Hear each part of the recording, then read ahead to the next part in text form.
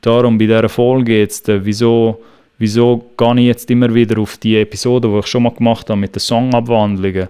Das ist jetzt genau so ein Beispiel, wo man sich abschauen kann für die Schweiz, wenn man Schweizer Releases hat. Weil ihr werdet vielleicht nachher ein bisschen verstehen, was ich meine. Ich halt oft immer von neuen Versionen geredet und dass man halt bestehende Songs, die man hat, in neue Versionen auch kann verwandeln kann, um halt die Lebensdauer von dem Song länger machen oder den Lebenszyklus generell. So, was meine ich jetzt mit Lebenszyklus?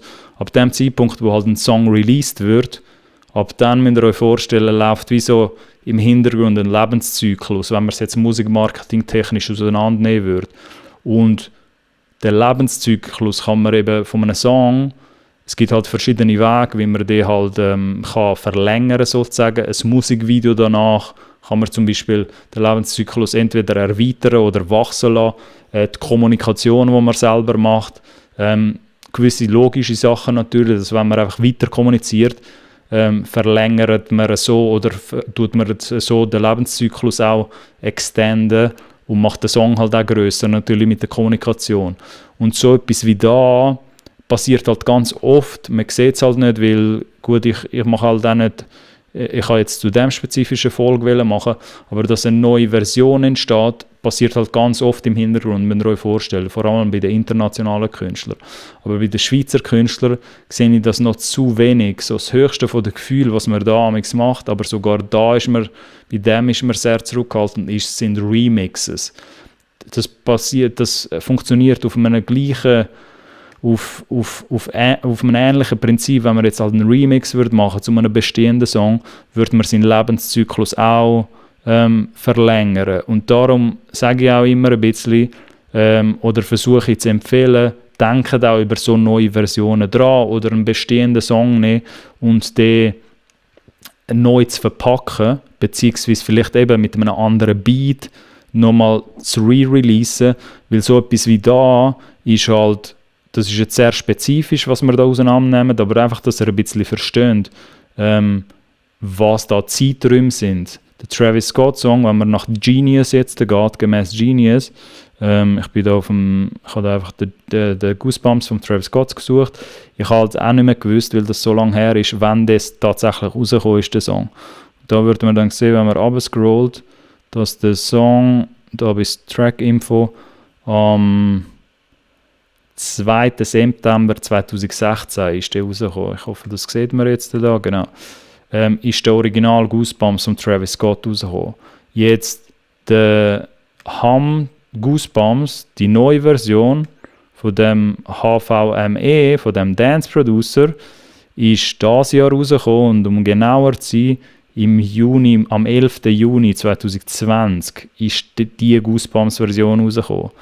Jetzt für das Team von Travis, darum, wenn ihr jetzt die Position von Travis Scott habt, vom Artist Stream von Travis Scott, ist das halt ein zusätzlicher Segen. So, man kann sich jetzt darüber streiten, braucht das der Travis Scott überhaupt, weil der ist riesig.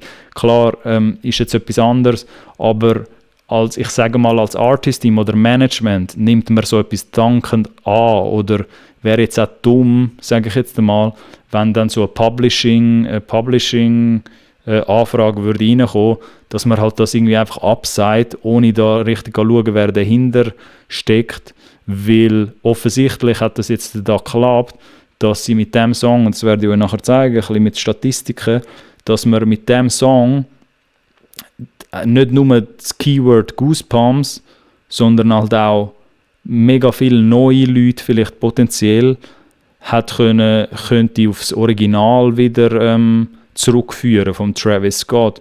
Darum, wenn ihr jetzt die Position habt vom Travis Scott in dem Fall, ist halt spannend zum Schauen, beziehungsweise spannend auch so Sachen aus einer Schweizer Perspektive vielleicht mal zu verfolgen, weil ich sage mal so, die meisten haben halt in ihrem Katalog, die meisten Schweizer Künstler oder Künstlerinnen haben in ihrem Katalog irgendwelche Songs, die halt zu den populärsten Songs gehören, zu den meistgestreamten Songs.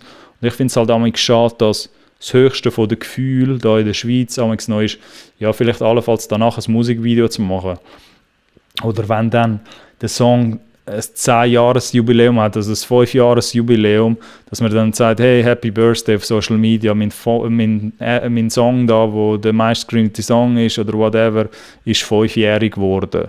Aber man überlegt sich eben nicht so viel mal, dass man halt auch neue Versionen kann machen aus diesen Songs, halt aus einem Musikmarketing-Sinn, aber auch zum die neuen Versionen oder die Songabwandlung oder die Remix-Versionen auch komplett neue Leute können zu zeigen, die vielleicht mit deiner Core-Audience, mit deiner Haupthörerschaft vom Originalsong vielleicht gar nichts mehr gross zu tun hat, wie bei der neuen Dance-Version von Goosebumps, wo all die Dance-Playlists plötzlich reinkommt, wo vorher niemals der Travis Scott gelost hätten oder der Goosebumps, weil dort durch eben, vielleicht für Hip-Hop-Leute, die da jetzt dazuhören, ist es ein bisschen schwierig zu nachvollziehen, aber Goosebumps ist natürlich riesig und der Travis Scott, aber er ist nicht so riesig, dass er halt in allen Genres irgendwie von den Dance-Leuten irgendwie auch abgefeiert wird. Die wissen vielleicht, wer der Travis Scott ist, aber mehr aus der Zeitung, aus den News, aus irgendwelchen Online-News-Geschichten,